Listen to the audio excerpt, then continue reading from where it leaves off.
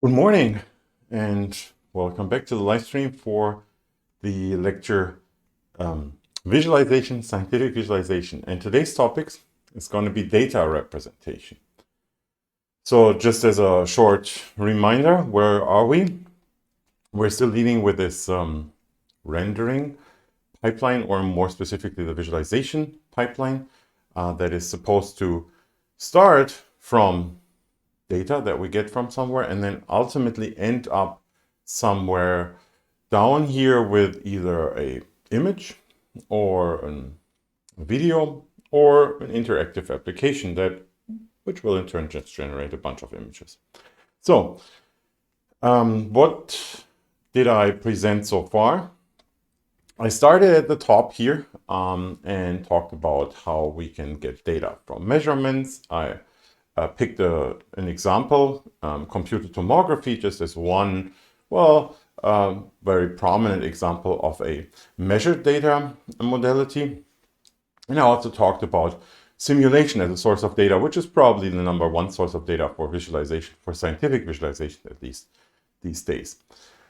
So what have we learned so far? Well, a particular thing that you should have learned is that data, be it from simulations or from measurement, and the same is actually true for most artificial data, that this data is usually given in some sort of discretized form.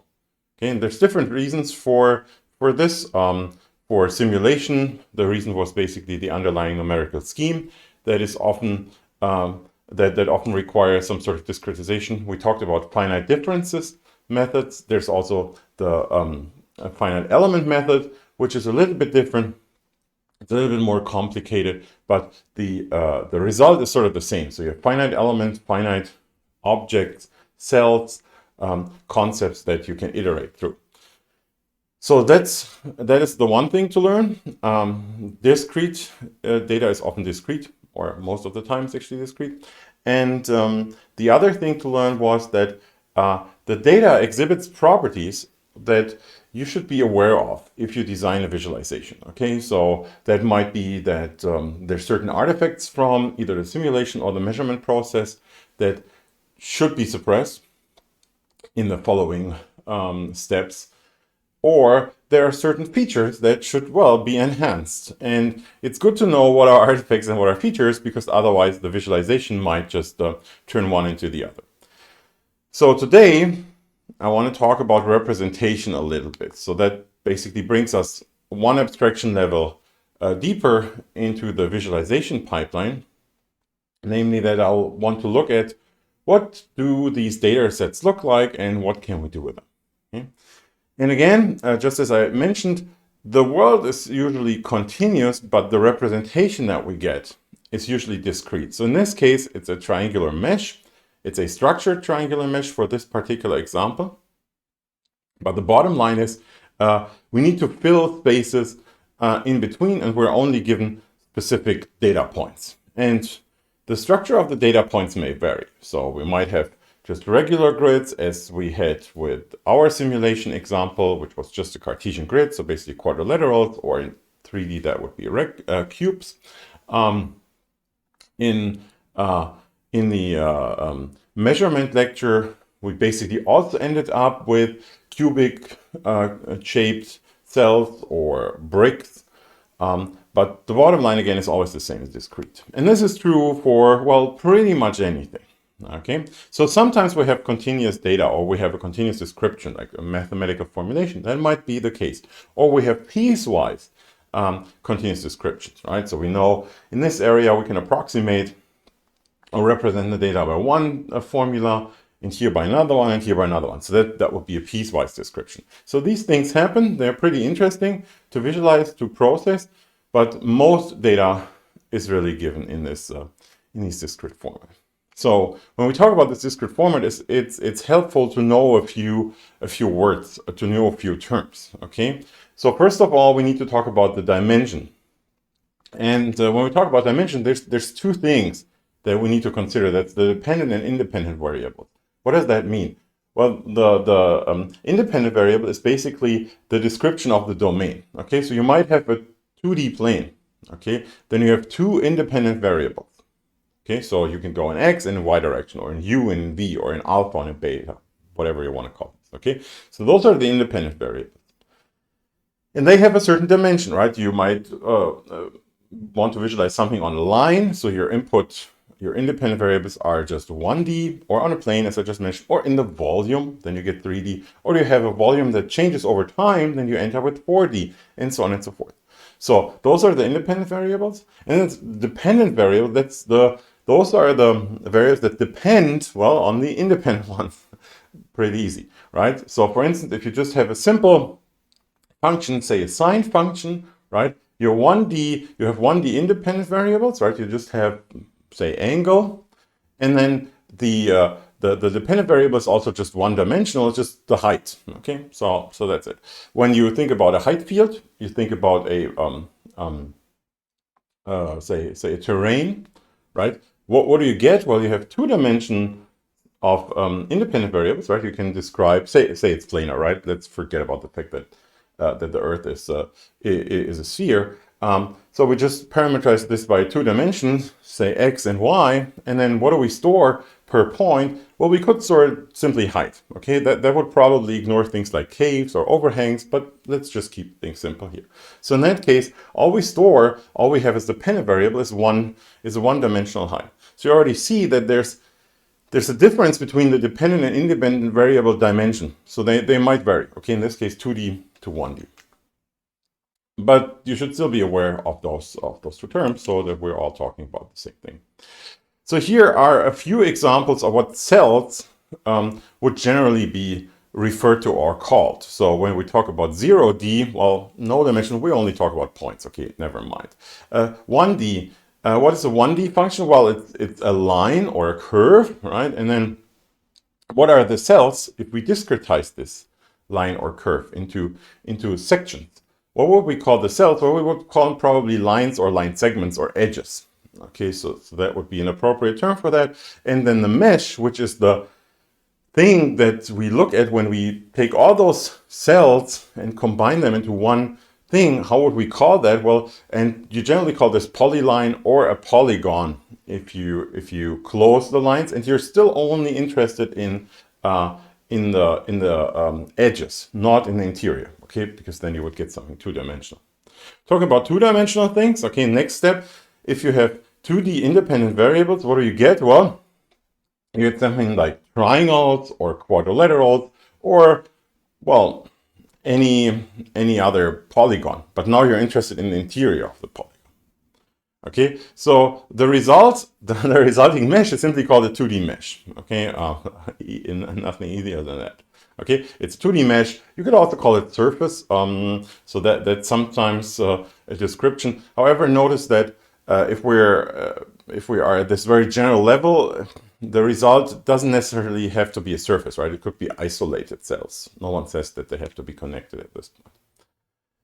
So, and then if we go to 3D, we go to volumes, what we get are tetrahedra. So that's the kind of the equivalent or the extension to a triangle, right? That's a thing made up of 4 triangles. It's a tetrahedron. And then the next step would be a cube or a brick or a hexahedra, which is a fancy name for a brick. And then the resulting object that we get is a volume, and we simply call this a 3D mesh or 3D grid. Okay, so again, those are just names so that you know what I'm talking about. So what we'll often see are Cartesian or equidistant grids. So those are the most simple grids that you can possibly imagine, right? So it's in 2D, a Cartesian grid would be your typical, I don't know, piece of paper with squares on it, right? So mostly it's squared. Sometimes you get rectangles, but usually it's just squared paper. Okay, and then if you look at the properties of that grid, what properties does it have? Well, it starts somewhere. So you can say, okay, well, there's an origin, and that you can either define, say, at the bottom left, or you could put it in the center, or you can define it anywhere you want. And then from that origin on, you have 2 axes in which you start. And let's just refer to them as x and y axis for simplicity's sake. And then with the fixed stepping, you move from one cell to the other. Okay, so you say, for instance, 1 centimeter, and then after 10 centimeters, I'm at cell 10. Okay, And the same is true for y. And there's an interesting property. It's quite a trivial property, or it's a set of trivial properties, but they're still interesting, in particular in comparison to other grids. We need very few information to specify this entire grid, the grid structure itself. Right? What do we need? Well, we need to know where does the grid start. We need to know the origin. And then it's sufficient to know that there's like, I don't know, 100 cells in X and 500 cells in Y. And everything else is derived from that. So you need very little information, just an origin plus the size in X or the count in X and Y. And you need to know how big one of those cells is, right? So the stepping. So if I say origin is here and we've got 10 cells in X and in Y and each is 1 centimeter in size, you can draw the entire grid. And that sounds like a really trivial observation, right? Of course, that's the way it is. But if we compare that later on to triangular or tetrahedral grids, where you need a ton of data just to store the topology, that's the structure of the grid, it is at least an interesting property. Okay. What we can also easily do is, when we have this information, like what's the step size? What are the number of cells? Then we can, of course, compute any cell vertex. Those are the, for instance, 2D, the 4 corner points. We can compute them trivially by just saying, well, we start at the origin, and then I move, say, if I want to have the 10th vertex, I go 10 times the step size to, say, the right. And then maybe like 5 times up if I'm looking for vertex 10, 5. Okay, so easy, simple. We also say the topology is implicit. So the setup, where are the points located? That's the topology. That is implicit. It can be derived for all cells from a super small set of parameters. Okay. What else is trivial? Well, the other thing that's super simple is how do we get from one cell to say its left or right neighbor? Or to be even more basic, we have a notion of a left or right neighbor to start with. Okay, so when you are in this simple equidistant grid, it makes sense to say left, right, top, bottom, diagonal, right, top, or whatever, right? So that makes a lot of sense. If you have, if you think about a grid that is made up of a bunch of isolated vertices and the cells in between, we'll see in a second what this looks like, then there isn't even a notion of a left or right neighbor, because there might not even be one or multiple. Okay, so those are Cartesian grids. They're nice, and in general, any grid is made up of samples. So it's a bunch of values, samples that we get or are given at specific points. Okay, notice, however, that the phenomenon that's supposed to be presented by this grid is normally continuous. I mean, there might be cases where you have discrete phenomena, but usually the underlying phenomenon that is described by this grid is a continuous thing. So we need to find a way how to figure out the in-between. Okay, and I've talked about this before, but let me still repeat this a little bit. The first idea that I already mentioned the last time, or in the simulation session to be precise, is just linear interpolation. Okay, so if we have 2 points, say on a line in 1D, we can just linearly interpolate between the 2 points. That is, drawing a line through the 2 points, a straight line, and then in between we can, from that line, read up any value. Okay. So what is a property of that interpolation idea? Well, the first property is it's C0 continuous. That means it doesn't jump around. So the function doesn't jump. I mean, it's a line, right? It doesn't jump. As a matter of fact, it's C infinity continuous, meaning we can compute derivatives as often as we want. They become constant after the first derivative. But it's also C0 continuous at the boundaries. That means if I have, say, a line list made up of multiple segments, then even at a segment boundary, meaning one line ends and the other one starts, and here one line ends and here another one starts, it's still continuous. So it doesn't jump around if I just interpolate linearly. However, there's no derivative defined. Okay, so at that very connection point, I don't have a derivative unless the line happens to be straight throughout all cells. There's no guarantee for a derivative. Okay. So it's C0 continuous everywhere, and almost everywhere it's C infinity continuous. So it's pretty smooth. Okay, I already mentioned that this is easily extendable to 2D. So we can do what we call bilinear interpolation in a rectangle. And I verbatim copied this slide from the simulation session before. So but just as a refresher, if we want to find the value in between 4 points in a rectangular cell, what we can do is we can just do a linear interpolation on one side, here the front, and on the back. We get 2 points that have the same x coordinate than the point in question. And then we take these 2 points, these 2 computed points, and interpolate using the y coordinate to figure out what's in the center. Here is the formula again. Nothing has changed here either. Just as a little bit of addition, since I sometimes get this question, what happens if to phrase it differently, does the order matter? So if I start at top and bottom, so if I first interpolate here and then at the top, and finally combine those 2 points in y direction, or first interpolate on the side these 2 points and then combine them in x direction, do I get a different result? The answer is no, you get the same. And here's the proof that this is the case. So here's the function interpolating first along alpha, which is the x direction here, and then along beta.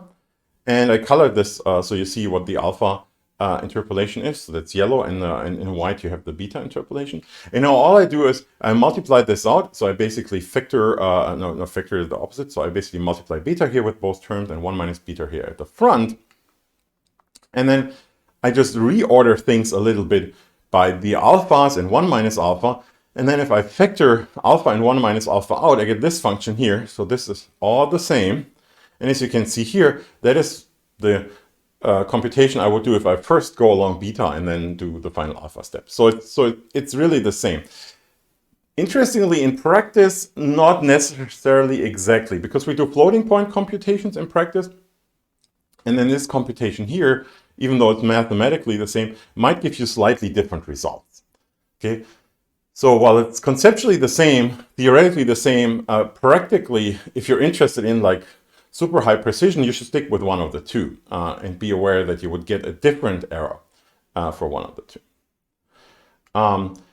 So here's another interpretation of this bilinear interpolation idea, and that's again a repetition from the simulation lecture where I said, well, instead of just doing this alpha and beta and you do this on one side and you do this computation on the other side type of approach, I could also reorder the function a little bit different. Now I order it by the f's, by the values are at the 4 corner points. So that's what I get if I reorder that. So I first multiply it out and then reorder it by the f's. And what that tells me is that, for instance, this f here is multiplied by alpha times beta, which is really the area of that part here. And it's always the opposing area. So this factor here is multiplied by the area of that.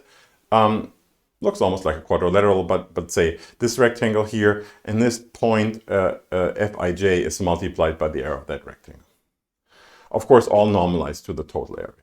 Okay, so that's just a different interpolation of the same concept, a different interpretation of the same concept. Okay, so what do we have in summary?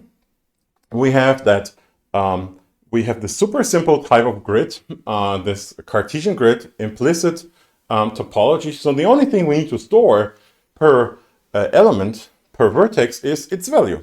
Like literally, if this is a height field, right? Remember this terrain thing. All I say is, okay, well, I got 1,000 by 1,000 points. They are, I don't know, a meter apart in X and in Y. I'm done. And then I just specify, well, 1,000 times 1,000 different values that correspond to height. I don't know, 5 kilometers, 5 kilometers, 10 meters, and so on and so forth. Okay, so of course the values need to be stored per vertex, but the topology is implicit. And then in between those values, what could we do? Well, for instance, we can use bilinear interpolation to fill the entire terrain. An interesting property of this bilinear interpolation is, that I already mentioned, it's not linear. So the surface, the resulting surface, if you think about it, if we stick with this terrain example for a second, the resulting surface is curved. It's not flat. And I already motivated why this should be clear, because 4 points do not define a plane. So it's more than a plane. right? 3 points uniquely define a plane. The 4-point could be off that plane. So the result has to be curved to fit through all 4 points. Or you have to break this up into multiple planes, which you can also do. You can always triangulate. You can put diagonal. You can cut through the object, the rectangle, diagonally. There's 2 choices, or you can either do it this way or that way, which has a significant impact on the outcome. But let's say I settle for a subdivision from the top right to the bottom left. And then in each cell, I only have 3 vertices that I take into account. And then each cell is planar. So I get a curve that is made up of 2 planes, which is obviously different.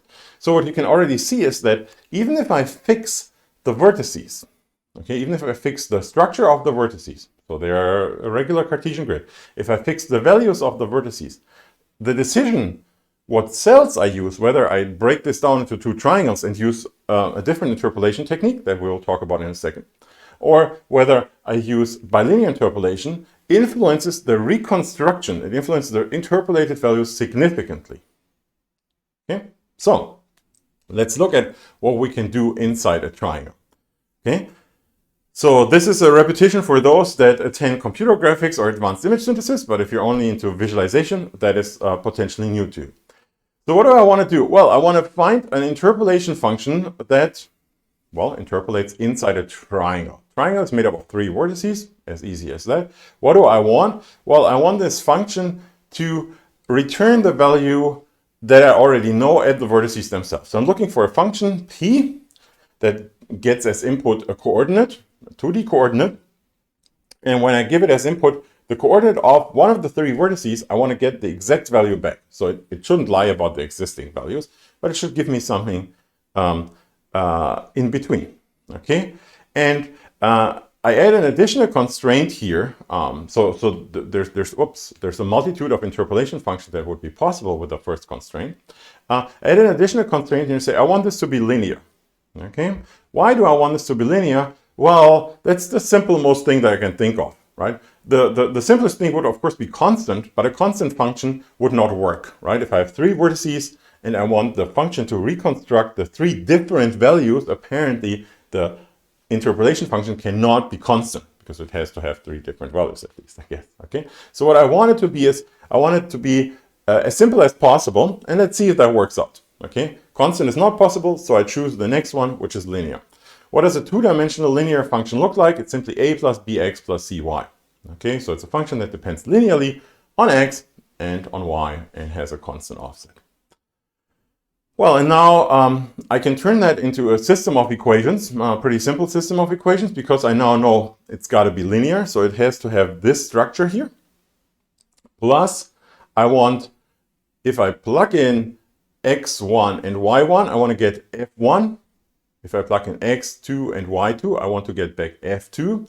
And if I plug in x3 and y2, I want to get back f3. Or if I start at 0, which I did here, then it should be 0, 1, 2. Okay, so that's the interpolation constraint. That's give me the same value back when I already know it. Okay, and then I can plug into a, but those are just 3 equations, and I can solve them any way I want. I plug them here into a matrix vector notation, and I want to solve for ABC. And this is possible if the 3 rows or columns of this matrix are linear independent, which they are. Why do I know that they are? Well, if they're not linear independent, my triangle would be a line. Okay, that would mean that I can reconstruct one of the vertices from the other 2, for example, and that would mean that they have to be along a line, and that would be, well, that would be a pretty boring triangle. Let's say our triangles always have to be they have to have an area, non-zero area triangles. In that case, I can find a solution to this one. If we have this awkward case that it's just a line, I will also get a solution, or I will get a set of solutions. It would be non-unique. Let's focus on real triangles here for a second, the one that have a defined area, well-defined area. So in that case, this thing has a solution. And what does that imply? It's pretty interesting what that implies. So first of all, it implies a trivial thing, namely it's linear. Okay, what does that mean? Well, it means that we asked for a linear function and we got a linear function, so it's linear. Okay, so why would that be a funny, well, it's a funny result, but why would I care? I mean, that's what I started with. Well, it's interesting that this exists, okay? That this exists and it's unique.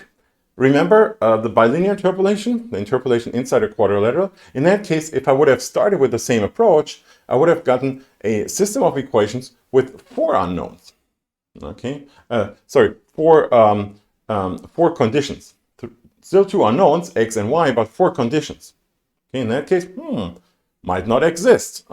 In general, it will potentially not exist. So the first outcome of this simple computation from before is we can do this. The sort of insight is a triangle is flat. Great. So we just solved that. We just proved that. So the other interesting insight is that if we interpolate linearly inside a triangle, here's a triangle, right? And if I've, in this case, interpolated between the 3 different colors linearly, and now if I pick any line, right? I pick a random line that I traverse this triangle along. So I kind of walk along this triangle along a straight path. Now what happens to the color or any other property that I interpolate, such as height? Well, it'll have a constant gradient, right? So it'll vary linearly. In a linear function, it has a constant gradient. And that is, again, a very interesting property that we can later on use, that if I traverse anything along a line, I just have to compute the gradient once, and then I can just use it along the entire line. Okay, I cannot even use the gradient itself, but I can also use the gradient to figure out the function values. Because if I know the gradient, I just take the current value and add the gradient times the distance to it. If the gradient doesn't change, the Taylor series would be interrupted. So all the other derivatives are 0. So I can, sorry, just knowing one point and knowing the gradient of a line, I can compute any other point. Right? That's a pretty useful property. Okay, so much for linear interpolation. There's another type of interpolation inside triangle that's called barycentric interpolation. It's also very popular, and it kind of mimics a similar idea than the bilinear interpolation in quadrilaterals. And the idea is that we compute 3 vectors that we call, in this case, alpha 0, alpha 1, and alpha 2. And I use those as weights. They all sum up to 1. They're all positive, so between 0 and 1. So I use them as weights to also combine, compute any point inside the triangle. And technically, I can also use them outside the triangle. Okay, so, and that is the same as we used, let me just go back a few slides. It's the same approach as here. So notice here that I have computed 4 weights. I haven't given them specific names, but I can compute them, right? The fourth one is alpha times beta. So if I just call that thing, the combined thing, if I call this combined thing, if I just call this, I don't know, gamma or so, right? Then this is gamma times this one here. So if I combine 1 minus alpha times beta, if I give this some name, I don't know, theta or whatever, again, it's a weight that I multiply with this one. So you see there's 4 weights here. And I've even given you the computational details, how to figure out those weights. So I have 4 weights, and then those weights I just use to multiply the values with, and then I sum them all up. And these 4 weights have the same properties. So they're all between 0 and 1. Okay, so it's the area of a square or a rectangle. So it's certainly no smaller than 0. And it's between 0 and 1. Why? Because this thing, I said we normalize this to unit area. So even if alpha and beta are both 1, which is the largest possible value that they can take, 1 times 1 is still 1. Okay, so it's the same approach here. So that's what's called, let me go back, barycentric interpolation, except that, well, we only have 3 vertices, so, well, we only interpolate with 3 parameters instead of 4. Okay, so again, they all sum up to 1. And they're all positive, at least as long as I'm inside the triangle. So you can also use this to extrapolate outside the triangle, then then that between 0 and 1 property doesn't necessarily hold. So with that one, I can figure out any value. Now the question is, how do I compute these alphas? right? How do I figure those out? I mean, this is just like, well, make up 3 factors and make sure they're between 0 and 1 and they sum up to 1. How do I figure those out? We figure them out the sort of same way as we did with the bilinear interpolation. We use this opposite area approach, okay? Except that it's all triangles here. So if I want to figure out what's the weight for x1, I just take that area here of this subtriangle here. If I want to compute this point here, I take the area of that subtriangle here, which is kind of the opposing subtriangle to that point, and divide it by the total area. So again, I normalize. Okay, that's alpha 1. And the same is true if I want to know the weight for x3. I take the area of this subtriangle here, divided by the area of the total triangle. That's the weight here. And the same for x3. So it's kind of the same approach. Okay, and you can write this all down. So here I put it all on one slide. With those details, so everything between 0 and 1 sums up to 1. This is the interpolation that we want to do. And here you see the computation. So it's simply the area of the total triangle that divides the subtriangle. Okay, good. What is barycentric interpolation? Is this now an alternative to linear interpolation? Which one's better? The bottom line is they're both the same. Why do I know that they're both the same? Because they're uniquely determined and they're both only based on the 3 parameters of the vertex. If the thing is uniquely determined by 3 parameters in 2D, it's got to be linear. Okay. Remember, when we set up this system of equations, we used a very general approach. We said, well, it's all we want is that the vertex values are exactly returned, which you can easily look at here, figure out yourself that this is the case here as well. And we wanted this to be only based on the coordinates and the vertices. So since this one here uses the same input, we have to get the same output, because otherwise it would be one of the two systems. We would have to have something that's over or under determined. Okay, so we get the same result. So in other words, this is just a different interpretation of, again, the same interpolation. Why do I explain both of these cases? Well, sometimes it's easier depending on your problem at hand. It's sometimes easier to do that computation here, and it's sometimes easier to do the previous one where I simply solve. So that really depends on where you are in a pipeline, what type of computations you've already done. Potentially, you already computed those subtriangle areas for another purpose. If you've already done that, well, go ahead. And you can immediately do the interpolation without having to solve this admittedly simple system of equations. Okay? So these are both the same. Just like the area weighting and the bilinear interpolation was the same. However, these are both linear. The bilinear interpolation is not. Okay, so with that, let's first maybe stop here for a second and give you time to ask questions. So I haven't received a single question so far. The chat working? Let's just give me an input whether the chat is working. I'm not so nervous.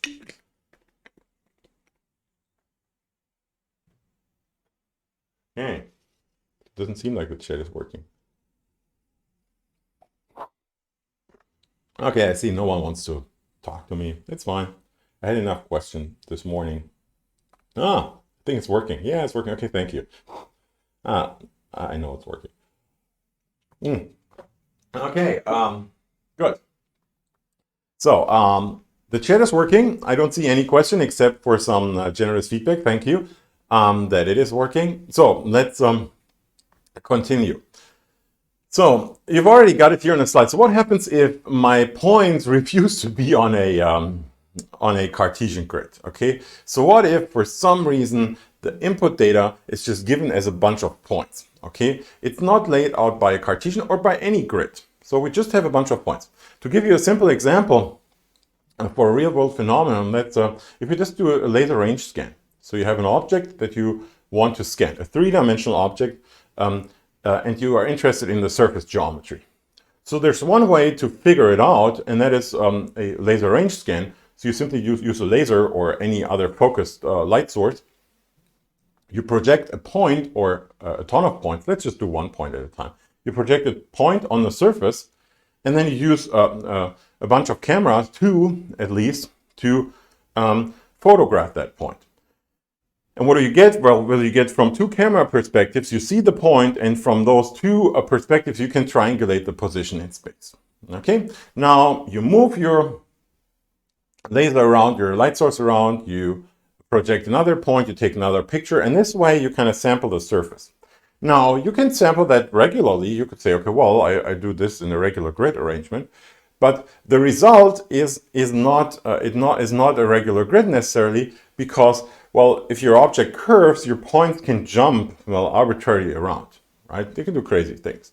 So, and in general, you would have something that somehow is spherical, right? Your points get projected from a common point. You don't move your light source around, you just tilt it. So bottom line is, you just get a bunch of points, and they're not even in a grid, okay? Why don't I just connect each point? Because I don't know if it's a good idea. So just take this here as an object, say that's the scene made up of two fists. If I scan that from the front, I get 1 point here from my laser scanner. So the next point that just moves over slightly would hit my second fist. So I can't just connect them because they're separated, even though from that perspective they aren't. If I look from another direction, then I could resolve this ambiguity. So bottom line is, there's modalities where the data is not laid out in a grid, it's just a bunch of points. Okay, so we call them scattered points. So how do we deal with those scattered points? Well, we just use them as they are, or we could turn them into a grid. So what are the consequences of either choice? Yeah, COVID AG. So I kind of like that idea. Not that I like COVID, of course, but it's kind of funny. And that name, by the way, stands for Center of Visual Data Analysis and Computer Graphics. And we made that up about 10 years ago. So before anyone was thinking about a pandemic. Okay, anyways, back to the grid or non-grid question. So what exactly does that imply if I choose I want to use a grid or I don't want to use a grid? Let's first go without a grid. I mean, we've got those scattered points. Can't we just work with them right away? Well, technically, yes. Practically, again, the world is usually continuous. The data is usually, or the underlying phenomenon is usually continuous, whereas the data is discrete. So if I do my laser range scan and I just display the points that I scanned, that might actually work out for some purposes, okay? So there are a lot of visualization that you see these days. For instance, if you look at full self-driving cars, right? So, or cars that are moving towards automated driving, they use these things. They use LiDAR, light imaging and ranging, right? So where they do these sort of scans or use something image-based that reconstructs points, and you can display those points right away, which give you sort of a reasonable depiction of reality. It looks not very realistic though, but you get the idea. Why? Because of a phenomenon that I mentioned in the beginning, we as humans, we can also interpolate. We can take those points and we know, okay, well, that's the surface. For computation, however, that is less beneficial. If I want to, for instance, compute surface area, or I want something that is watertight, that is where I want to compute the volume of an object, just having the points is not a good idea. So you generally want to interpolate in between as well. You can interpolate in between points. It's called scattered point interpolation. It's pretty complicated, numerically complicated though. Meaning it's not hard to code up, but it takes a significant amount of time to perform this computation when you need the result. Why? Just to give you a simple intuition here. So if I just stick with the points and say I've got a point here, got a point here, here, here, and here. And now I'm interested in this value here in the center. Do I use just that point, or this and that, or this and that? Or do I use all of the million points around, right? Where do I stop? When we're given a grid, the answer is simple. We use all the vertices of the cell we're currently dealing with. So a grid kind of defines an area of influence. And that makes computation much easier because it binds it to a limited amount of values. And it gives us a simple function to execute on that limited amount of values.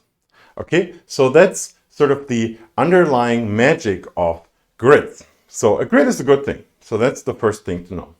Now, how do I get to a grid if I'm just given scattered points? If I don't know the exact grid. I just know the points. How do I get to scattered points? How do I get from scattered points to a grid? Okay, let's think about this for a moment. I said I want to limit the influence. So can't I just take for each point, kind of figure out what points should influence that, and then call this a grid, and that's pretty much exactly what we want to do. Now, what type of grid do we want to choose? I said Cartesian grid, nice. Now, the thing is, if I just orient points in an arbitrary fashion, I don't necessarily get a, they are not necessarily oriented so that they can form a Cartesian grid, right? I mean, just put all points in a line. Obviously, that's never going to be a Cartesian grid, right? So is there a grid that we can always use? And the answer is yes. So you can always turn points into or a set of points into triangles, okay? Even if they're all in a line, you will get this crazy zero area triangle, but it's still triangle, okay? So that is a property of what's called a simplex. A simplex is a triangle in 2D. It's the most simple object in 2D. A tetrahedron would be the corresponding simplex in 3D. That's the most simple object that you can construct that still has in 2D area or in 3D a volume. Okay, if I take one vertex out of a triangle, it loses its volume property. So you can always compute a simplex grid from any set of points. It's not necessarily uniquely defined, but it always exists. Okay, so this is why we're particularly interested in creating a triangulation. Okay? There's also methods to create a quadrilateralization. So you just create quads, or you could turn this into hexahedra, okay, or whatever. So there's different approaches, but the triangulation and in 3D the corresponding tetrahedrization is the most important one because that's what you usually do when you're given points. So I want to spend the remainder of this session on talking a little bit about triangulation. Okay. So what is a triangulation, or how do we go about to generate a triangulation? Again, a little bit of lingo, a little bit of vocabulary here. So, well, we start with a bunch of points, right? So that's what we got. We just got a set of points, and for our triangulation, they're all inside a plane, right? Of course, you could say, well, can I just triangulate in a volume as well? I get a surface. Yes, you can, but let's just stick with 2D for a second, okay? You could later on work with projections of 3D to also perform the stuff in 3D. But anyways, so here we are. We got a set of points, and we now want to triangulate these points. So what we want to generate is a set of vertices, which is trivial. Those are our points. We want to generate a set of edges and a set of faces, which are the things in between the edges, okay? The vertices are simple. Well, those are just the points that we're given. Question is, how do we get to the edges so that they form triangular faces? Okay, and there's a couple of things that we want the triangulation to have. A couple of properties. So, for instance, it should include everything. Okay, so that's the first property here. So the union of the faces. So if we take all those faces together, the resulting thing should be equal to the convex hull. So if you just take the outer points and kind of draw a convex object around them, so you basically connect the outer points, right? Then you get what's called the convex hull, and your set of faces should be equal to the convex hull. No smaller, no less. It should be equal to the convex hull. Okay? And that implies that the intersection of true triangles, either empty, is one vertex or one edge.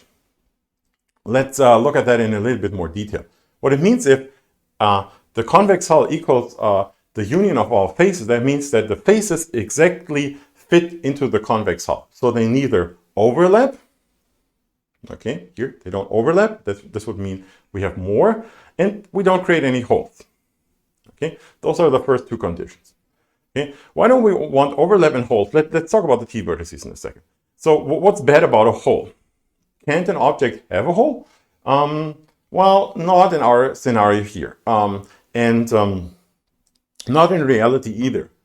Now you might say, well, of course an object can have a hole. Right? I take something, like, I don't know, piece of paper, I punch a hole through it, here, hole. So we got hole. No, not correct. Why? Because if you zoom in into your paper at like super high resolution, right? Say you take a microscope, then you will see that your paper doesn't have a hole. It has a thickness. It's first of all a three-dimensional object, and then where your hole is, say this is one side and that's the other, like your paper still bends. So each side of the paper, or the parts around your hole, you can't look in the interior of the paper, right? You kind of look straight through. So reality doesn't have holes. That's an observation, so we also don't want holes.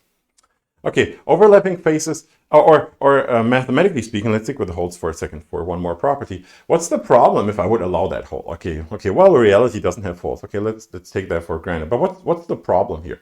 Well, the problem is we can't interpolate inside that hole.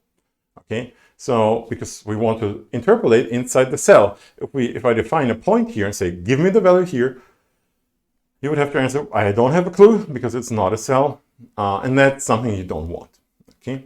A similar argument for overlapping faces. First of all, physical argument, two things don't overlap in space and time. That's impossible. Okay, there's only one thing that can be at a point in time, at a point in space. So that's the physical argument. Then again, the more mathematical argument is, if I give you a point here, it would be inside two different cells simultaneously. So again, I can't properly interpolate it because I would have to give you two values. So that's not a good idea. Now let's go to the t-vertices thing here. And here, actually, kind of this mathematical argument is more important than the real argument because, well, what's the problem here? In reality, none, actually. So this is just a specific setup that I could choose, right? I break this here down into two triangles, that's a triangle, that's a triangle. So as a matter of fact, it's even the triangulation, right? Triangle, triangle, triangle, triangle, triangle. It's all fine. I can interpolate any point just fine, you would think. But the trouble is the following. If you allow these t-vertex setups, then if I interpolate, let's say that point here, okay, this very point here, the t-intersection, that's why it's called a t-vertex. If I interpolate that point, I would get, well, if I go from here, I would get exactly the value of that point, right? The given value, that's what the interpolation constraint requires. If I approach this point from here, I would get the same result. If I approach the point from, which is not possible here, if I approach the point from the top, I wouldn't even take that point into account because the interpolation would be based on the three vertices. It's a triangle. Okay, so I will get a different result. Now you could say, well, okay, relax. I'll just choose that point for the two bottom triangles so that it equals the linear interpolation between those points. So it's exactly on that line. Okay, so now if I interpolate from that way, I take that point into account. If I interpolate from that way, I take that point into account. If I interpolate from the top, I use these two, but the resulting value here at the center will be exactly the same. So what's the point? Well, the point is the following. Well, this sounds like a good idea. In practice, it's not. What's the problem? Well, the problem is that we're dealing with limited precision. So we're doing our computations in some sort of floating point precision. And hence, the result here and here should be the same. Well, they might also differ, but the probability is relatively low since I do 1 times one value plus 0 times two other values. That should pretty much cancel out. But it's certainly going to be different from the top due to floating point inaccuracies because we reach the same point by a fundamentally different computation. Okay, so that will create cracks or holes in the result or non-continuities in the interpolation to be a little bit more mathematically specific here. So that is something that we also want to avoid. And hence, if I go back to the previous slide, we want this to be either empty, the intersection, a common vertex, or a common edge. Okay, so two triangles meet at an edge, or vertex, or not at all. But not this awkward thing like a part of an edge, right? Here two triangles would meet at a part of an edge, right? So this edge here and this partial edge. So this is also what we want to avoid. Okay, now we know what an invalid triangulation is, and then the opposite is a valid triangulation. So essentially a triangulation that doesn't have t-vertices, overlapping face, or holes. That's what we call a valid triangulation. So anything else, well, we don't want that. Okay, now how do we find a valid triangulation given a set of points? And there's a surprisingly simple approach to that. It's called a sweep line algorithm. And That in turn makes it sound way more complex than it really is. I'll explain the geometric idea here briefly, but then again, the interpolation is super trivial, okay? So the idea of a sweep line, or in 3D sweep plane approach, is as follows. And side note, sweep line and sweep plane approaches are good for a ton of things, not just triangulations. Okay, so what we do is we sweep with a line from, say, left to right. You can choose this. You can do bar, top, down, left, right, bottom, diagonal, whatever you want. Okay, as long as it's a line. So I sweep here from the left to the right. So that's what this arrow is supposed to say. And as soon as I hit a point, I stop. Okay, my line stops, dangles against the point, and then I execute the following function. The first 3 points that I hit, I simply connect them with a triangle. So the first point hit, second point, and that I guess is, oh well, that's the third, I suppose. So I would just connect those and get a triangle. Will that result in a valid triangulation? Well, sure, it's just 3 points. What should I do wrong here, right? There's certainly not going to be overlapping faces. I mean, it's only one face. There's certainly not going to be holes. I mean, it's only one face. And no, okay, you get it, right? So the first 3 work. Okay, let's say I hit the fourth. So this one's the fourth. And then what do? Well, I connect this new point to all points in the convex hull until I hit two tangents, counterclockwise and clockwise tangent. Oh, and that sounds pretty complex, but it's actually super simple. So let's start here. First, triangle, okay? And then what's the convex hull of a triangle? It's the triangle itself, right? So I take that point and start to connect it to the last point that I've seen, which is this one here, okay? So I simply draw a connection. Nothing can go wrong here. And then I continue in counterclockwise direction along the convex hull. So I take this one here next. A connection here would cut through the triangle, so that's not a tangent anymore. That's a secant. So no connection done. Okay, so I go back to my initial point, and now I go in clockwise direction. I try to connect this one here. Yeah, it's a connection that doesn't cut through the previous object, so it's okay, good. And then I try the next one, and again I go through. So this here was the tangent apparently. Good, I update the convex hull. What's the convex hull of those 4 points? Well, it's those 4 points. I take this point here as next. So my sweep line continues, and again, I can connect to the previous point. I go counterclockwise here. That's the tangent. Great. Good morning. And next one would again be off. I go back to this one here, and this one would also cut through the existing triangle. So nothing else done, just these 2 connections here. And I'm done. So, and I continue this way.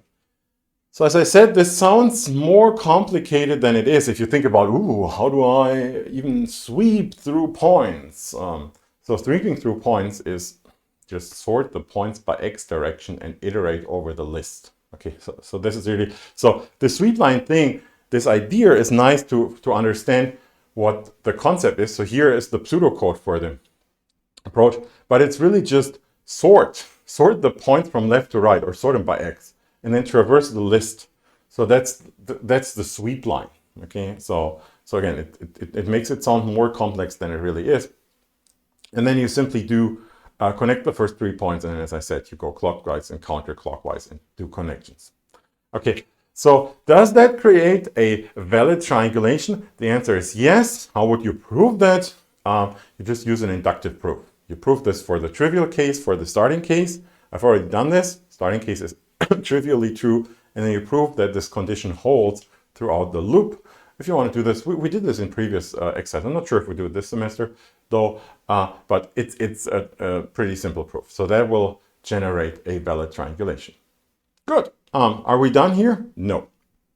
So what's the problem with that triangulation? It's valid, but it's not good. What does good mean? Is there like an evil and a good triangulation? Well, sort of. So there's this idea of a triangulation being a good or nice or well-behaved triangulation.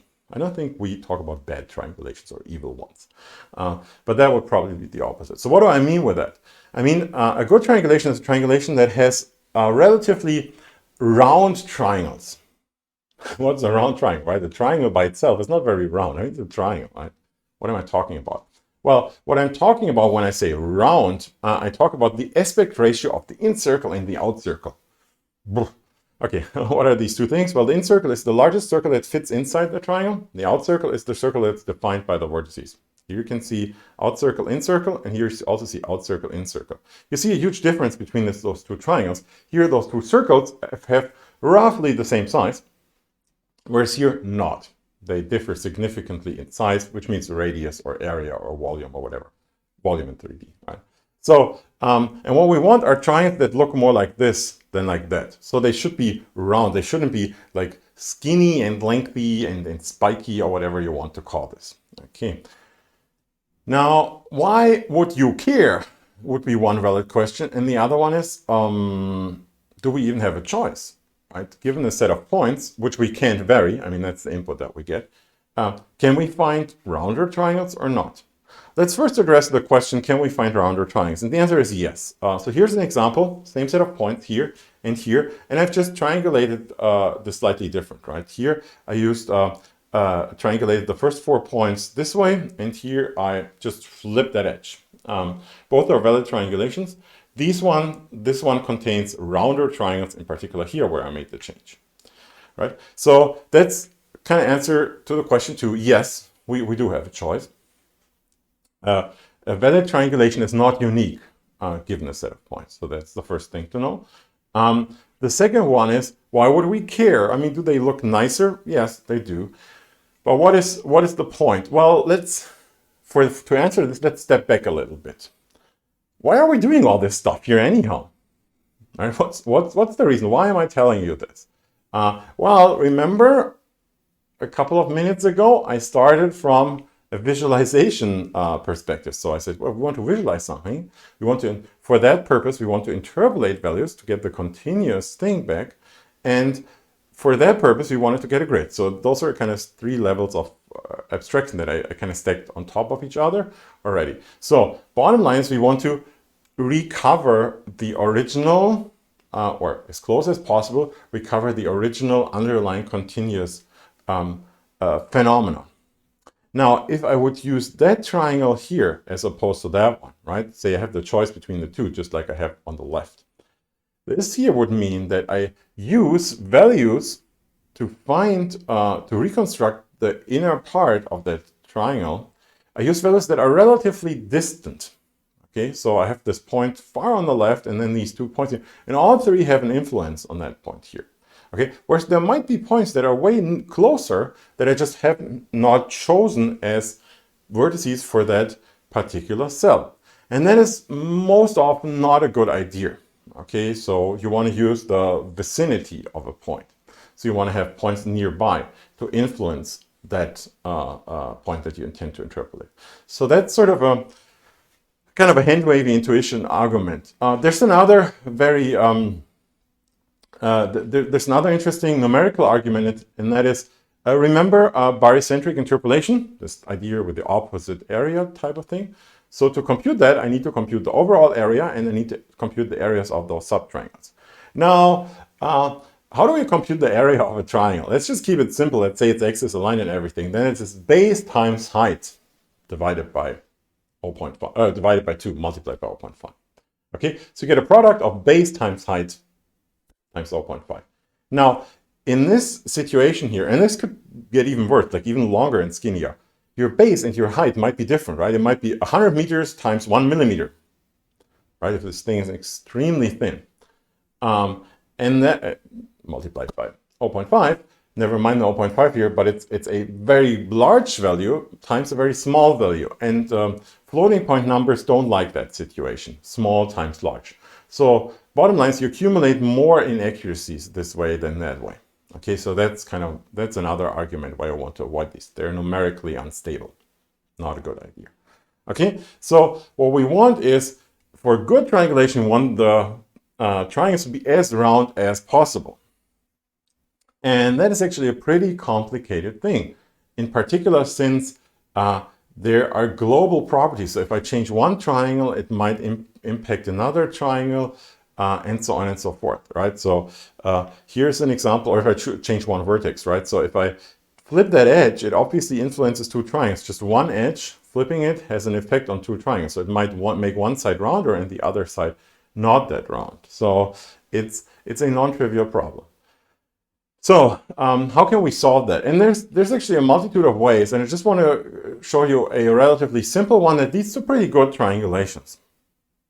That is called, well, I don't think, does it have a name? It's basically just called the Delaunay triangulation. So the resulting triangulation is called the Delaunay triangulation. I just wonder if the process has a name. I guess it's called Delaunay triangulation, I suppose.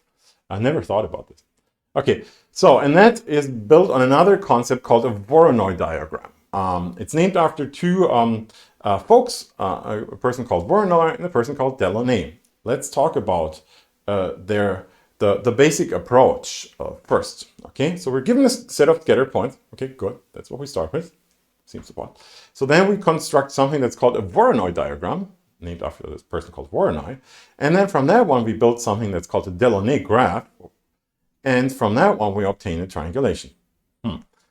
Okay, what is all of that? Let's start with Voronoi. Okay, and the idea of a Voronoi diagram is actually pretty simple. It's a very natural thing. That is, we subdivide space. In our two-dimensional case, space is just a plane. We subdivide the plane into cells, so-called Voronoi cells, where each cell has a very simple property, namely, it's closest to its center point than any other point. Okay, so here's a typical Voronoi diagram. If those are our points, and in our triangulation, those will be our given sample points, then this region here has the property, and I can also spell this out in a mathematical formulation. This cell here has the property that it's closer to this point here than to any other point. Okay, so it's obvious, like that point here is closer to that point than this point. And here we have sort of a separating line, so the points on that line have the same distance to this one and that one. And the points on that point here actually have the same distance to all three of those. Okay, so it's a pretty natural thing, this Voronoi diagram. Okay, so it's simply the closest one. You could also use that for interpolation right away. That would be nearest neighbor interpolation, which I've used before. Okay, so it's just nearest neighbor interpolation in a scattered set of points instead of the regular grid. When I talked about this nearest neighbor interpolation concept in the simulation lecture as well, right? Where I said you can use just one, or you could interpolate in between. Remember my graphic with like colored points and so on and so forth. So this here, the Voronoi cells are defined sort of by nearest neighbor interpolation. And the mathematical description just says, well, the points belonging to like all the points, the area belonging to a certain points are simply those points where the distance is smaller to that center than to any other center. So that's really all that this says. How can we compute that? Well, we could start with just one point and say, okay, well, anything is as close to that point, is closer to that point than to any other because, well, there is no other. Okay, I see that.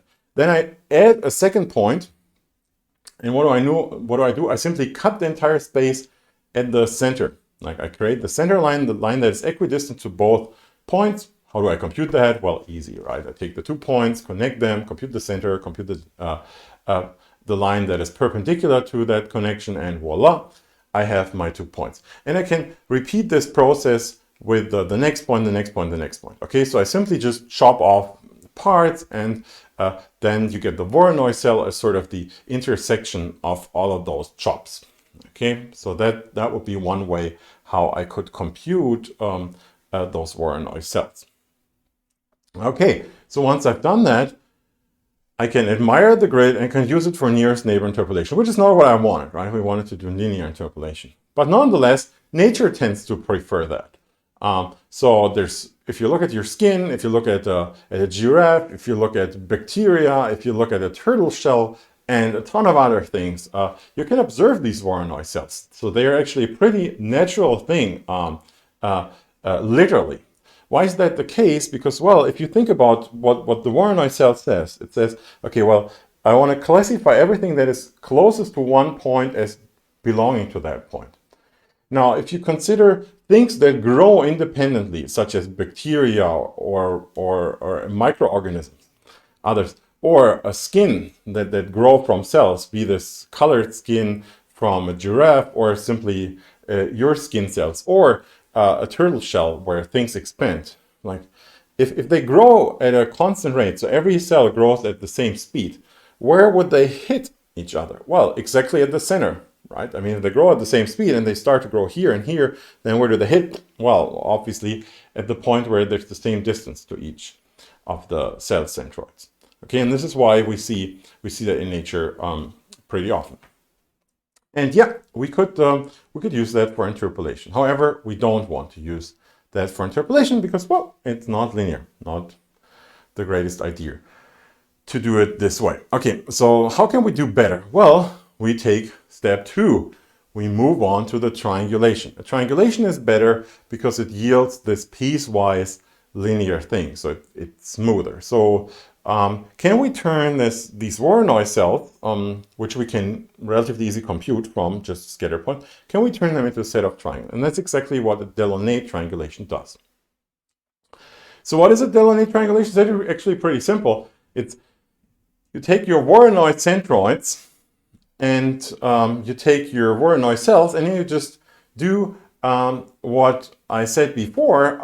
How did we compute those intersections? Well, we computed them by taking the connecting line and chopping it off in the center. Now we keep the connecting line, or we just keep it right away. And wherever we decided to chop something off, because the cells are actually adjacent, those lines we just keep. And what do we get? Well, we get connections between the points whenever two of those cells are adjacent. Okay, or whenever they share a common edge. Okay, so what do we get then? Well, we get a triangulation out of that. Okay, and this triangulation, we call this a Delaunay triangulation. Now, is this a valid triangulation? Yes, you can also prove that. Just look at the, just check how it was generated. Can we create overlaps? Can we create holes? Do we get T vertices? Well, pretty simple to answer. Now, is this also a good triangulation? Is this a triangulation that is somehow good, whatever that means? And the answer is yes.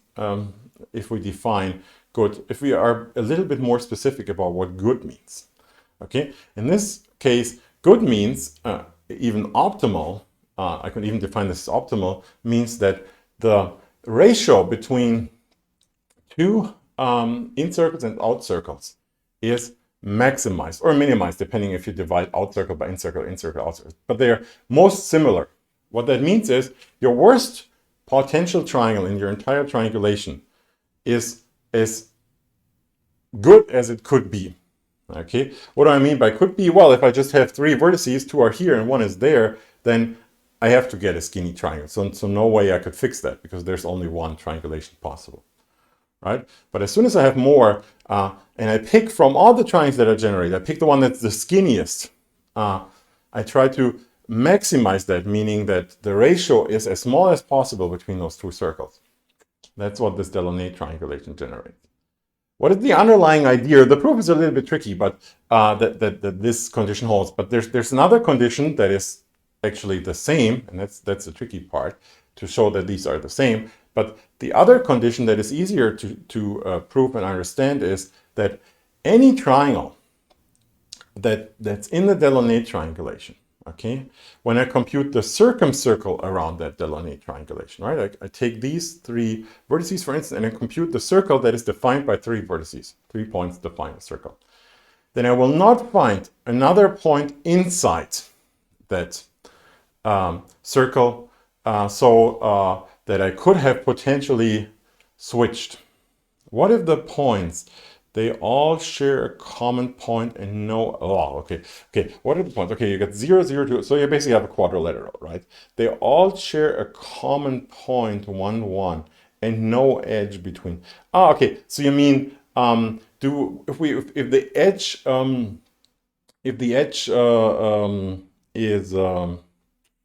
becomes just a point, right? If the edge becomes so small that it's just a point, in that case, well, which never happens in practice, but in that case, you simply choose. You choose that point as a line. Okay, so you choose it also as a line for a Delaunay triangulation, but you pick only one. In your example, you would have the 4 outer lines uniquely defined, and then you can choose between 2. either that one or that one. But you have to pick one. Okay. And that's the corner case that you would have to implement, which, yeah, you pick at random.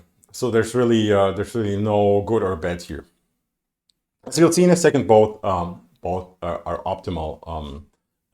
If you have really that situation that the points are exactly on a square, yeah, you can pick one at random.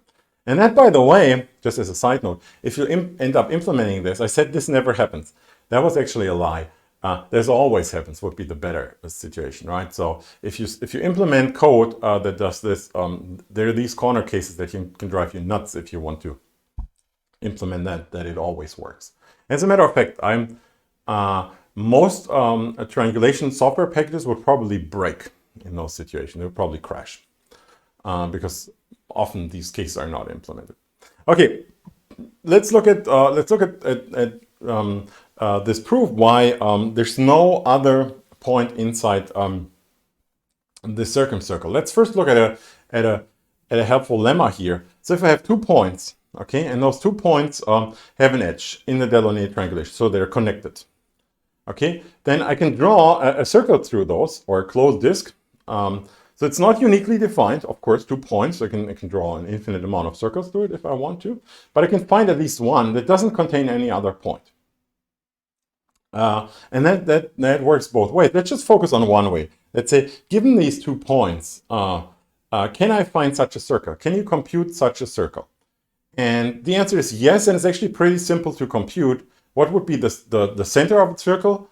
Well, I just choose the intersection point between the connecting line, which is this one here, and somewhere in the center there would be the separation line from the 2 Voronoi cells, right?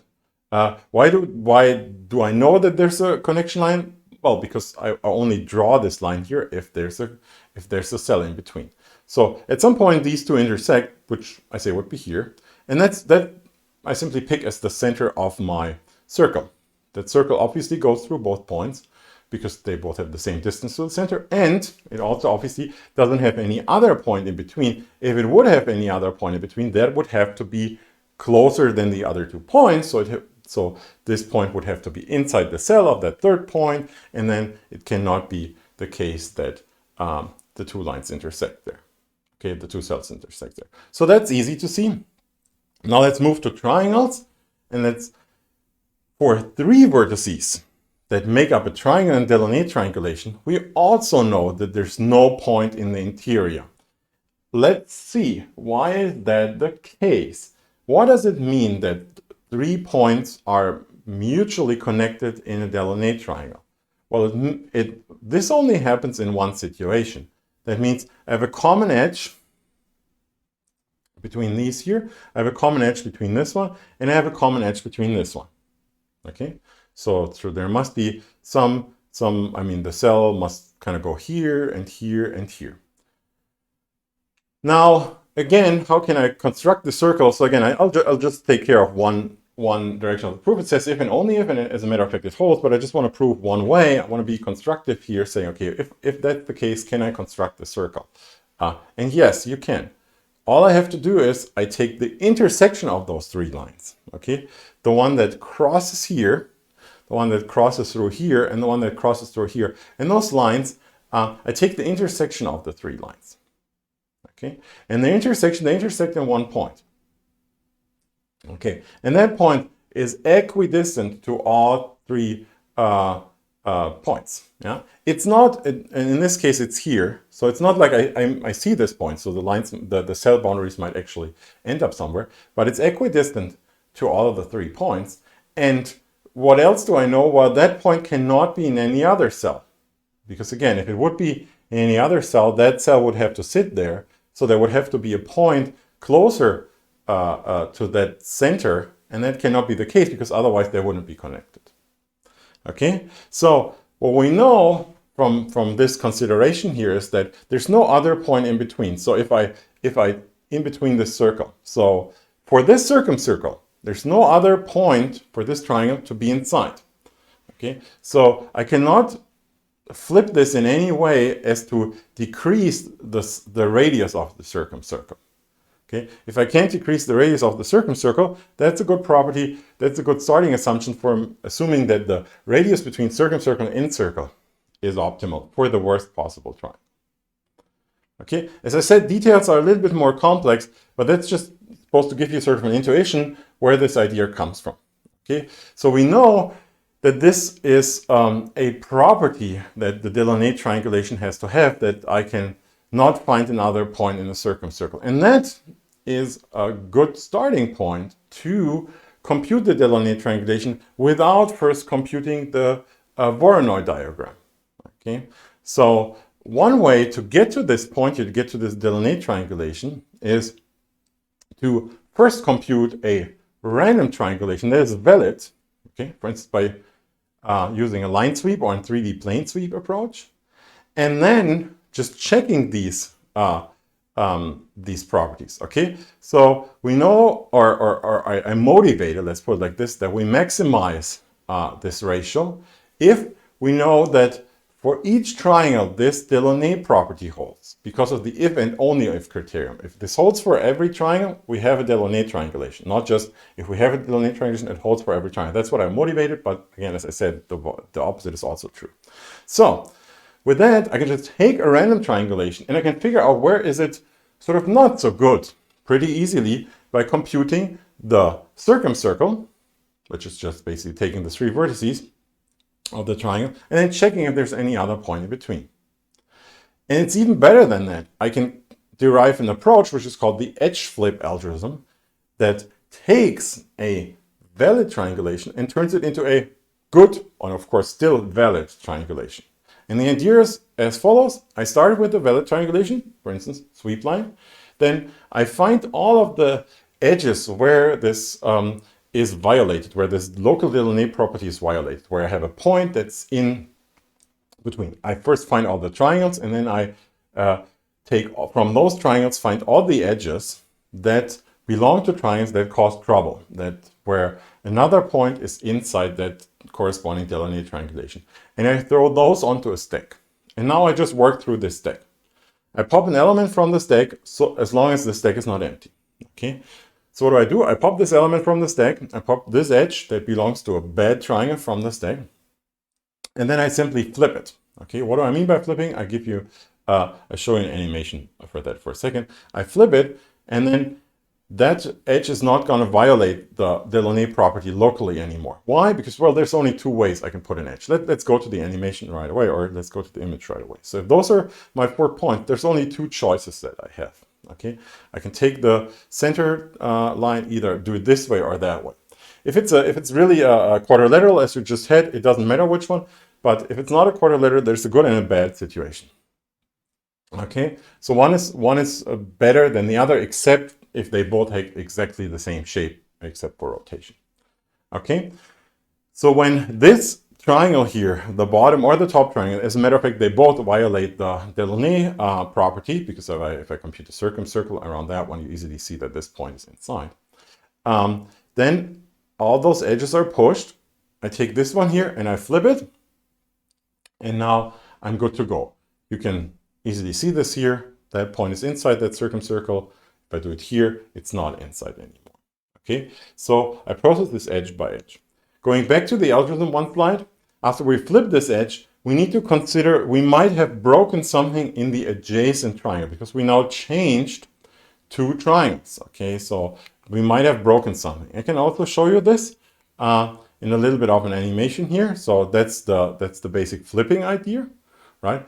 But then we have to consider these 2 edges here as well. Okay, so we push those edges onto the, or we check the triangles made up of those edges, which are new triangles, right? So we created new triangles. So previously there's no edge triplets that weren't a triangle, and we follow those. Okay, here's an example. So first we look at the center. I compute the circumcircle of that triangle. We see we have a problem, right? So that point is inside, or this point is inside the circumcircle of that triangle. So problematic edges. Okay, so let's go flip that edge. Now we consider the other edges adjacent to that edge here, which is this one and that one. We check the conditions here. They're also violated. here was violated, so we flip that one. We now consider these two edges. The other ones we've already covered. And then this propagates through the mesh. It's the other side. This is now on the stack. We check here. Whoops. We check. Last one. Great. That's bad. Okay, so those are the ones that are pushed, changed. These are pushed. That's first on the stack. So we push that first, flip it, and then this would be on the stack. And those are actually all okay. Okay, so with that, you have a propagation through the mesh, and you can also prove that this is not going to end up in oscillation. So it doesn't oscillate. So you basically just very quickly converge towards the Delaunay triangulation after you've computed the initial valid triangulation. Okay, so if we just put this all together, like what I said for the last hour or something, what I explained the last hour is that you start with this idea of the world is continuous, but it's often given in discrete points. Next, grids are good. Okay, grids allow you to easily interpolate. Next, if I'm not given a grid, I want to create a grid because otherwise I have a hard time doing interpolation. How do I construct a grid? Well, if they are very regular, the points, cool, then I actually have a grid without even knowing it. If they are irregular, what can I do? Well, the only thing that I can really do for certain is a triangular grid or a tetrahedral grid in 3D. Okay, or the corresponding simplex in 4D, 5D, and so on and so forth.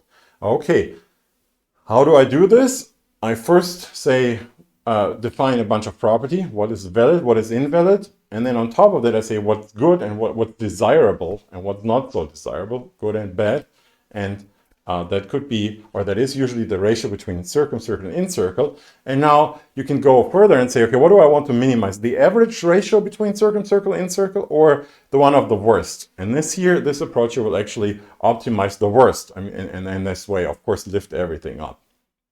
Okay, so how do we achieve that point? We first generate a valid triangulation, sweep plane, and next we turn that valid triangulation into a good triangulation, into a Delaunay triangulation.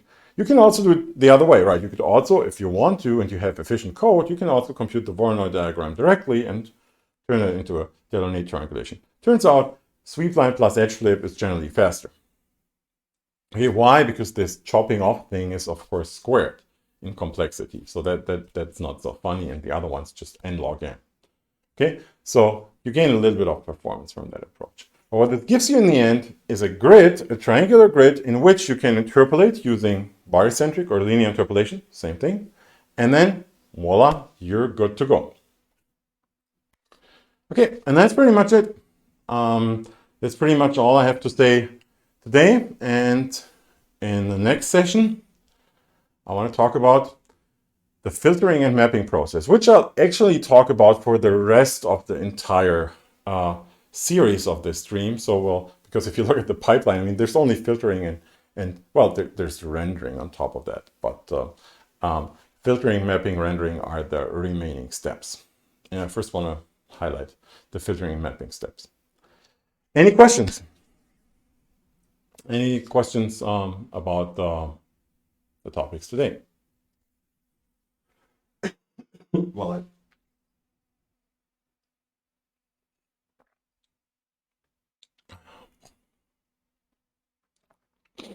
okay. So it's about as quiet in the chat as it was for most of this stream. No big deal. I don't think it's anything that's either incredibly hard or something where you can ask an immediate question. You can try to implement some of these things at home, which is something that I always suggest. We'd also be happy to help you in the exercises if you want to go through some of those implementations. We also have other stuff in the exercise. Oh, any 3D visualization are being mapped back to 2D. Well, that's not directly related to the content, but whatever. Since we don't have any other question, I might as well answer that one. Well, a lot, as a matter of fact, with this here, right, what you see right behind me, that's obviously a human hand. Well, it's a hand, and it's obviously a hand, and I can tell you it's a human hand. It's a visualization of CT scan, contrast agent CT scan of a human hand. And what you have here is a projection back from a three-dimensional visualization, or a three-dimensional data set to be more precise, to a 2D visualization. What? It's 2D. Yeah, you're right. It's all 2D. We don't have 3D reproduction devices, right? You have a 3D printer potentially, but nothing that reproduces full 3D volumes. The best we can do is probably stereo. I mean, if you consider dual maps of Voronoi and 3D dataset, well,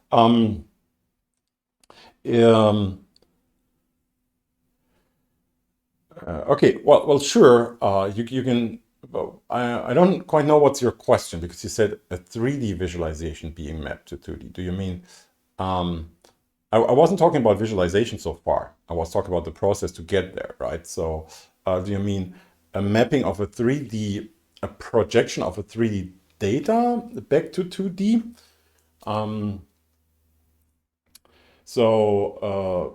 Which is something that you could do. Sure, you can take 3D input and project it. As a matter of fact, in filtering and mapping, I talk about selection and projection a little bit and the properties of these mappings.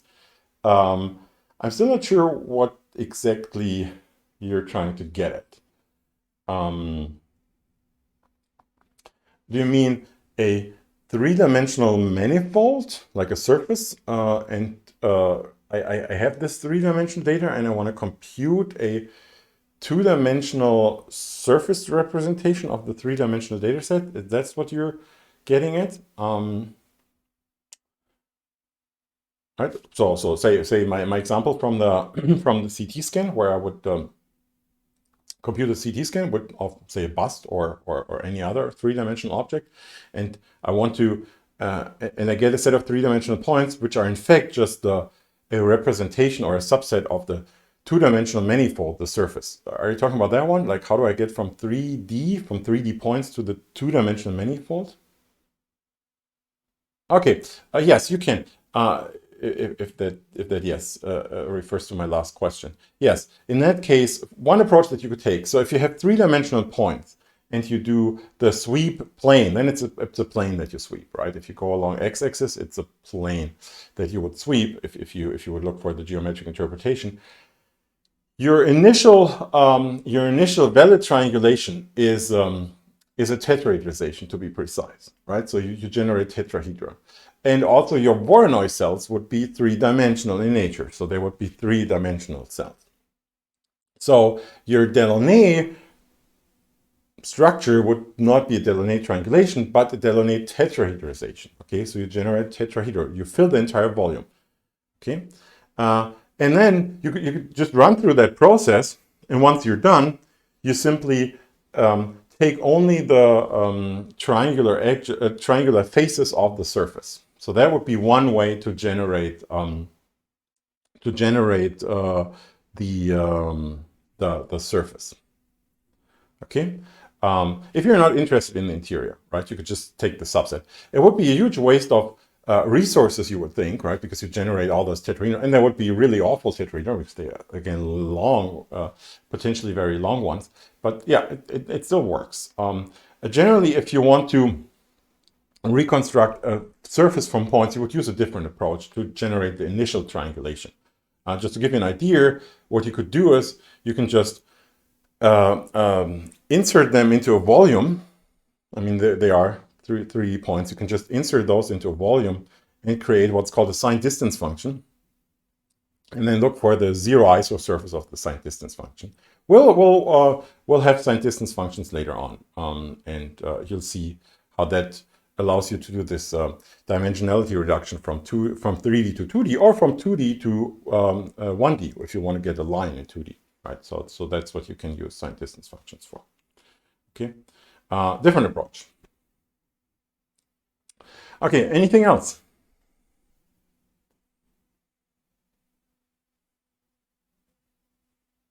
Yeah, it generalizes to n dimensions. Yeah, you just get simplices. Again, I don't know I don't know what the name of a 4D tetrahedron is, actually. It's got a name. Those have very esoteric names, right? I can't remember what the name of a 4D tetrahedron is, but it's a four-dimensional simplex then.